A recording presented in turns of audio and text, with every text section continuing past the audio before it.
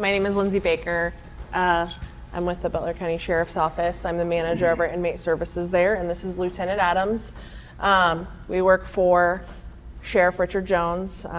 Pretty fortunate. He is super supportive of all these efforts that we have been trying to implement specifically in the last couple of years, but we have really been working on treatment and reentry for the last 10 years or so, probably. We've got a kind of informal presentation for you guys, and it's going to mimic a lot of what you've already heard. I'm nodding my head as everybody's presenting, like, yes, that's a problem. Yes, we do that. So really, historically, we've leaned heavily on our community agencies and community partners to provide any sort of services that we've had. We have been a part of Stepping Up, if any of you in here are familiar with Stepping Up. And we've been fortunate enough to do 2 sequential intercept mappings where we look at where the gaps in our community are for people that are suffering from mental illness and involved in the criminal justice system. Our most recent one was in 2021, and at that time we identified that jail reentry was one of our community's top needs. And so we really started focusing in on what can we do. So I'm going to talk about some of the things that we implemented as a result of that. But before that, I'm going to kind of go back. We have sort of 3 tracks as well that we do for discharge planning, and they're similar but look a little different. So we just for information, we book in about 8,000 inmates a year. That number is down kind of since COVID. I think we all kind of talked before and after COVID. Prior to COVID, I think we were somewhere between 12 and 13,000 a year. And now, yeah, we're just around 8,000. A good portion of those are, if they're being released back into our local community. So we know the importance of providing these services is that we want to reduce recidivism. These people are coming back into our community or they're coming back into our jail. So we want to do what we can to hopefully have them leaving better than what they came. So we work with 2 partner agencies in our community. One is mainly a substance abuse provider. The other one provides our mental health crisis services. So we have 6 full-time, 7-day-a-week mental health crisis service providers within our jail. They are focusing heavily on that, exactly what I said, crisis intervention. So suicide and homicide watch, speaking with people when they have death notifications, those sort of things. So although they are providing some other services, crisis intervention is the main focus of what they're doing. They do have 1 full-time discharge coordinator, discharge planner that works for them. So that is one of our tracks to discharge coordination that I'll kind of come back and talk about.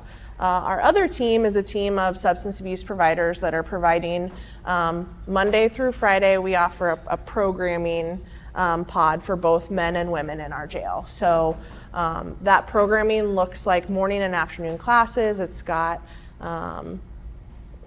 some peer support. Yeah, it's got substance abuse classes, IOP level classes. We offer peer support. We offer mental health coping skills, mental health trauma groups. We have a former Bengals football player that comes in and does a really fun and engaging kind of resource-driven class with them. We have parenting classes. We offer NA and AA. So we're really trying to set up, for those that qualify and request that, really set up what life is gonna be hopefully looking like when they leave. We require them to get up in the morning, make their bed, attend their classes, all those kind of things.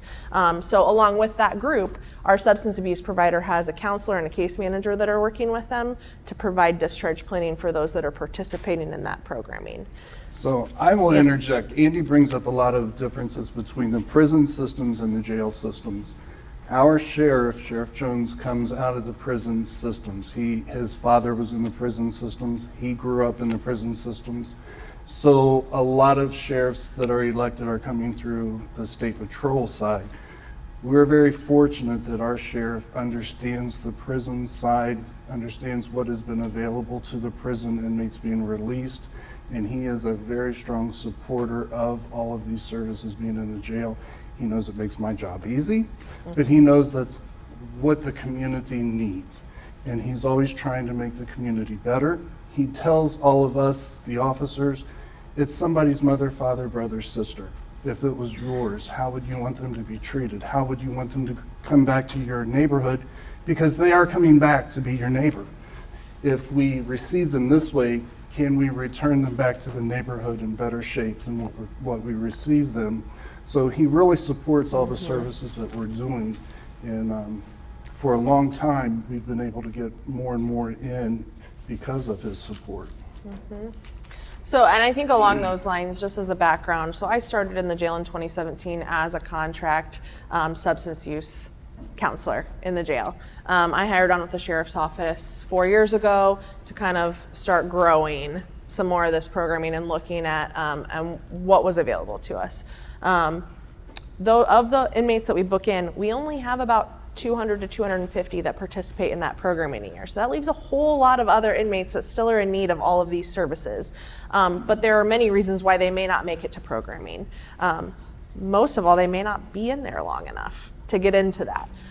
So what we did 2 years ago now is, and this was huge, and this came out of our sequential intercept mapping and some discussions with our local Mars board, who is super supportive of what we're doing in our jail, is we decided that we wanted to implement somebody who was there every day in the jail that could be addressing needs from the time they walked in. We think about discharge planning in that same way. As soon as you walk in, we're planning for what's going to happen when you leave. And a big barrier for us that is time. Sometimes we don't have enough time to be able to make that happen. So we hired what we call 2 inmate post-classification assessors. We had kind of tried these positions in the past in a different way. We looked at them more in like a nursing medical way and found that that wasn't working as well for us. We wanted more of that kind of behavioral health line of questioning. So what happens is when inmates book into the local jail, it can be chaotic. You come into booking, it's loud, it's crazy. You don't know that the state that the person is in when they book in. They sit down, they're being asked questions by an officer in a uniform who looks no different to them than the officer that arrested them. And so the kind of questions that we're asking and the kind of setting that we're asking doesn't always lend itself to people being honest about what the answers are. They don't know what the repercussions of that is going to be. So these 2 people that we have working for us, they are there 7 days a week, not 24 hours a day. We have them on 10-hour schedules. But 24 to 36 hours post-incarceration, they are going back and meeting with that person. So once they've kind of been classified and gotten into their housing unit and things have kind of calmed down for them a little bit, they're going back with kind of a different approach. They are civilian plainclothes employees like myself.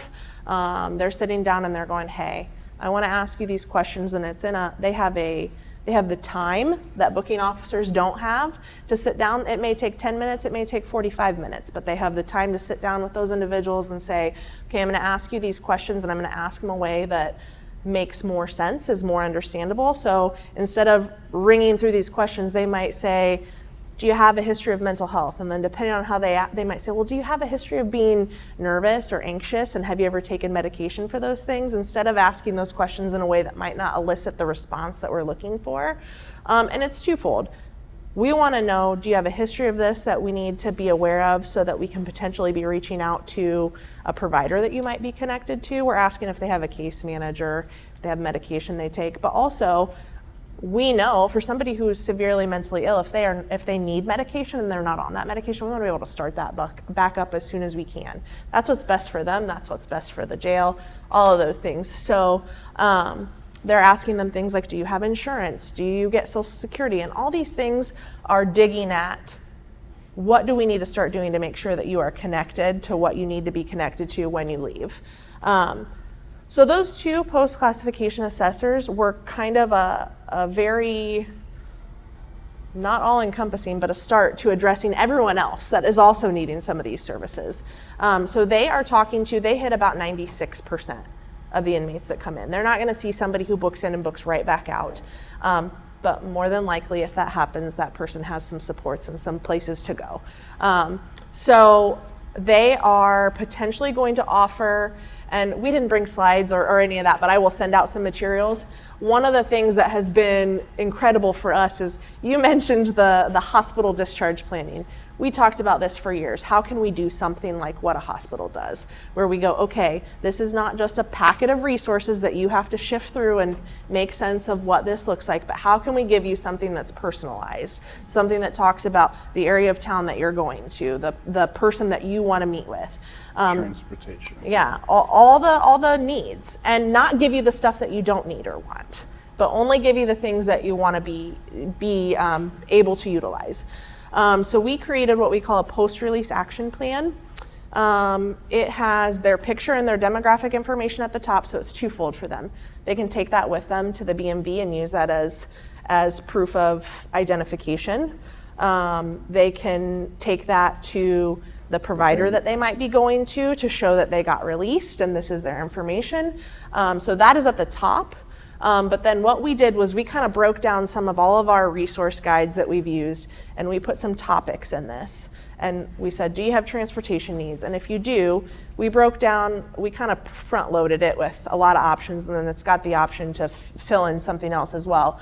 But we say, okay, if you're from this city, let's talk about the resources that are closest to you. Or if this is where you want to go, here are these resources. Or if you don't need this, we'll leave this blank for now. But that it has provider information, transportation, it's got information about Ohio Means Jobs and Job and Family Services.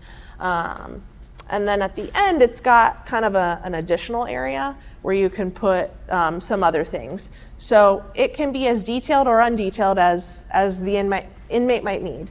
So on top of, that kind of leads me a little bit into, on top of our 2 post-classification assessors, last year we also decided that we wanted to move forward in, although we have contracted teams, and bringing in a social worker who is with us on the sheriff's office team. She is our inmate advocate, and she is invaluable to us. She comes with a ton of knowledge, but she is not hindered by what contracted providers are required to provide based on what they can bill for, what their contracts are. She is working heavily with kind of that familiar face, frequent flyer population. She's very involved with our inmates that are getting competency evaluations and who may make it to Summit, but more than likely won't if they're found incompetent. It's kind of been laid on the jails and the communities to say, what are we going to do for these people? What's the plan? And I know we've kind of talked about this. Judges aren't sure either. And so they're like, let's put them here and let's see if we can make a plan. So she has had the ability to spend all day on the phone calling places, doing things if that's what's needed. So she has been invaluable to us in that way, and she can create some of these really in-depth plans. If the inmates are on medication, that medication list will go with them. So we create this action plan for them, and it goes in their file. We don't give it to them, it goes in their file, and it's on lime green paper. And the reason for the lime green paper is we want to make sure that the officers don't miss it when they leave. It's on the front of their jacket, and it goes out the door with them. It's the last thing they get as they walk out the door. Because when we hand them things, they lose them, they get thrown away, their cell gets tossed, it gets lost. So, and it can be revised as many times as it needs to be. It also has their personal information on it, so we don't really want that floating around the jail. But in their time there, they're talking to so many different people through the medic's office, the social workers, on you can go here, you can go there, we can set you up with this. By the time they're walking out the door, most of them are so confused of, I can't go back to my home because of a protection order. I may have lost my job, I don't know what I'm going to do for money. There's all kinds of things they're thinking about. To remember what that social worker said to them 10 days ago is not as easy. So this paper, it even tells them, like, for transportation, call this number, look on the back of your Medicaid card for your number, blah, blah, blah, whatever. So very detailed information that will help them, especially people with mental illness. They really struggle when they leave of, how do I put my life together? They can't even begin to fathom how that would happen. So this detailed list, by just saying, look at the back of your card, there's the phone number. So that helps them actually be able to succeed once they get out, or make it easier for them to succeed. Yep. So another thing that we've done outside of just the 2 contracted providers that we have is we have many other providers in our community that we want to work with, and we are also client choice. So as much as we can be, right? We work heavily with our providers, and as part of that reentry initiative out of our sequential intercept mapping, we thought, okay, we've done some different things because it's been a few years. The first thing that we initiated was we want a stronger partner with Job and Family Services. We want them in our jail. We want to figure out what we need to do. So we married that with our post-classification assessors, and they are asking when everybody comes in, do you have insurance? I don't know, no. We're doing the application. JFS is processing it for us. Everybody's getting applied for their Medicaid. They're also getting relinked to Job and Family Services and or Ohio Means Jobs when they leave. Outside of that, though, we created a reentry subcommittee that meets on a monthly basis. It includes every provider that has an interest in being a part of that. We do some roundtable discussions, but more so than that, what we found is everyone's frustration is, if you've worked with anybody lately, turnover is just high, right? So we all tend to go to that person that we know, and then all of a sudden that person that you know doesn't work there anymore. Nobody told you they don't work there anymore, and who do I contact? So because everybody had that frustration, I said, let's do this on a monthly basis, and the first thing we do is make sure that everybody's contact list is still up to date. Who is the person that I should contact at this recovery center if we have a referral for there? We made sure that everybody was on the same page with what a referral coming from the jail should look like, what it takes for somebody from your agency to be able to come to the jail and not run into issues. How can you come see your client? Getting a release signed. Yeah, getting releases signed. What do you need to do if you want to facilitate a warm handoff for your client? Because we know that that's what's best. And someone brought up the release time earlier. We all know that that is a struggle. And release times happen for many reasons that Andy talked about jail functionalities. But the jail simply is a houser of inmates, right, at its like simplest form. And so what we tried to kind of help these agencies understand is most of our judges were really fortunate in Butler County. A lot of them are very pro-treatment. They want to do what's best for the inmate. If you as the agency provider go to this judge, all of our agency providers have a criminal justice liaison, somebody who's in the courts. If you go to this judge and say, hey, I have this client, I have a referral for treatment for them, their out date is on Saturday, could you go ahead and send a release for Friday morning and release them to us? Most of them are very amenable to that, but it takes that communication, and the jail isn't really it doesn't have the ability to do a lot of that. So we rely heavily on our community providers for that. We will communicate and we'll make sure that those things happen, but we rely on our providers to say, hey, this client wants to come to you. If you want to service them, here's kind of the way that works. And that can work for sentenced and unsentenced inmates. And we have weekly classification meetings where these outside providers can attend as well. The ones that are attending have all these court liaisons, so we can talk about inmates that are of particular needs. Like, we know that how they're functioning in jail, we know that they're withdrawing in jail, or they're participating in programming in jail, whatever.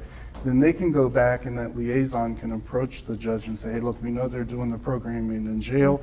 They would be good in this programming here, or they're kind of reluctant, so maybe they need an inpatient programming. So it just gives them better information to provide to the judge to make better decisions for that individual to be more successful in the end of what is actually going to happen with them. Yep. Yeah, trying to think what else we've got going on. We have so much, and I just kept hearing and writing my notes about everything that we want to do and everything that we've been trying to do. And Lindsey talks about with the two girls that start talking to the inmates within the first 20 hours of their intake. We also have the provider in the jail that is also getting a list of everybody that's been booked into the jail. They're looking for anyone that's more critical or someone who is the frequent flyer that they know about, that they're going to go talk to them immediately as well to say, hey, look, we know you're on some psych meds, let's get back on them. Or we know you're homeless, so let's start talking about that. So they're being approached by different people based upon different needs. So it's not just everybody's getting the carte blanche, here it is. We have the specialists that are targeting those people that we know are the frequent flyers, the high-risk people. Yeah, we have a heavy focus on making sure that that we're screening inmates in a way that they get their needs met as immediately as we can. So, yeah, go ahead. Oh, I was just going to ask, are you able to release individuals with the actual med or prescription? You do the prescription? No. Yeah. Yeah. We are not a pharmacy, so we cannot dispense medications, so that's kind of a downside. Gotcha. But like on the sex offenders, that's why I asked, we have a big issue with finding housing for a sex offender that's being released. So most of them will go live under a bridge somewhere because no emergency housing will take them. So I was very interested in your Yeah, kind of what you're. housing situation. That's We would love a committee to be developed. Yeah. Yes. Yeah. I feel like the denser we get in the state of Ohio and a lot of our urban areas, we literally, and it's not location to location, it's property line to property Yeah. line for that Yeah. 1,000-foot rule. And in Franklin County, it's getting to be where there's nowhere someone with a sex offense can live. Yeah. We're Correct. just so dense. Yeah. And so I feel like there needs to be something legislatively that we need to start looking at, because if Debbie's daycare decides to go into business, that's great. But if you're uprooting someone who's been in their residence for 10 years, been offense-free, been a stand-up, resident, and we're making that person uproot themselves and potentially their families, I just think there's So- something, we've got to address this in a better way. But it's broader than that. So we've had the elderly person in a nursing home that gets assault charges from a nurse, and now the judge is kind of like, well, this is ridiculous. They have dementia, blah, blah, blah, and release them. I now have a court order to release. They can't go back to that nursing home. What do I do with them?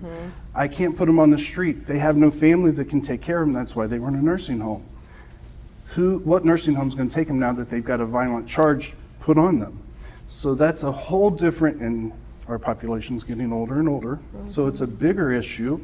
And then you have the DD people who are in a housing and there's an assault charge filed, and now they can't go back to the group home.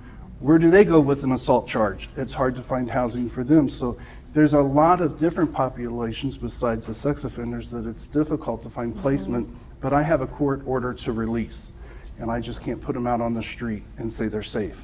So fortunately, the sheriff has hired in some experts who can get on the phone, has worked in this field long enough that they know, like, hey, up in Dayton, there's this place that will take people with sex offenses.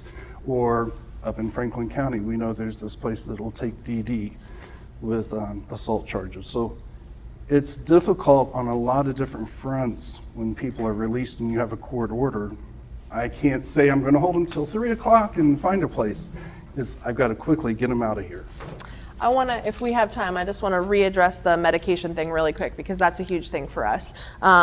Especially, we want to continue people's meds, but if they come in and they need to restart their meds, that's a really disruptive thing for people to restart their meds and then go off their meds when they come out and all those sort of things. So one thing that we do for people who come in and start any type of, if they see our psychiatrist or our psychiatric nurse practitioner for mental health meds, and they are not already prescribed those meds or already connected to a provider, one of our in-house providers has a contract with our local board to provide what we call the connections clinic. So they have a prescriber and they can bridge that prescription until we can get someone in to see a provider. So I'm not sure exactly how long it is, but they're able to immediately see them and get that bridged for them. If they're already connected to a provider, we are doing our best between our inmate assessors and our contracted service providers and our inmate advocate and myself to reach out to those providers and say, hey, come see your people. Come see them. We want you to come see them, or we want to get an appointment set for them. I mean, we know what's best is if we bring in the person that this person already knows and is comfortable with, and if their case manager can come see them or their peer supporter can come see them, we know that that's what's best. But we're doing our best to make sure they have an appointment set or somebody's picking them up or whatever we can do. Or worst case scenario, they get out at 5 a.m., they know. This green sheet is their reminder that, oh yeah, today I'm supposed to walk over here and go see this person at 9 a.m. Or 8 a.m. or whatever it is. So those are kind of our two answers to not releasing with a prescription. They'll come with their med list. We've worked really hard to make sure that our community providers really know myself and our inmate advocate in particular. They call us all the time for all sorts of things. But we want to make sure that that stuff goes with them because we're looking at that continuity of care. What is best for these people? And if they're going to return to us and we know what was going on when they left, it gives us a better start the next go around. And hopefully we're kind of shortening the gap with those issues as well.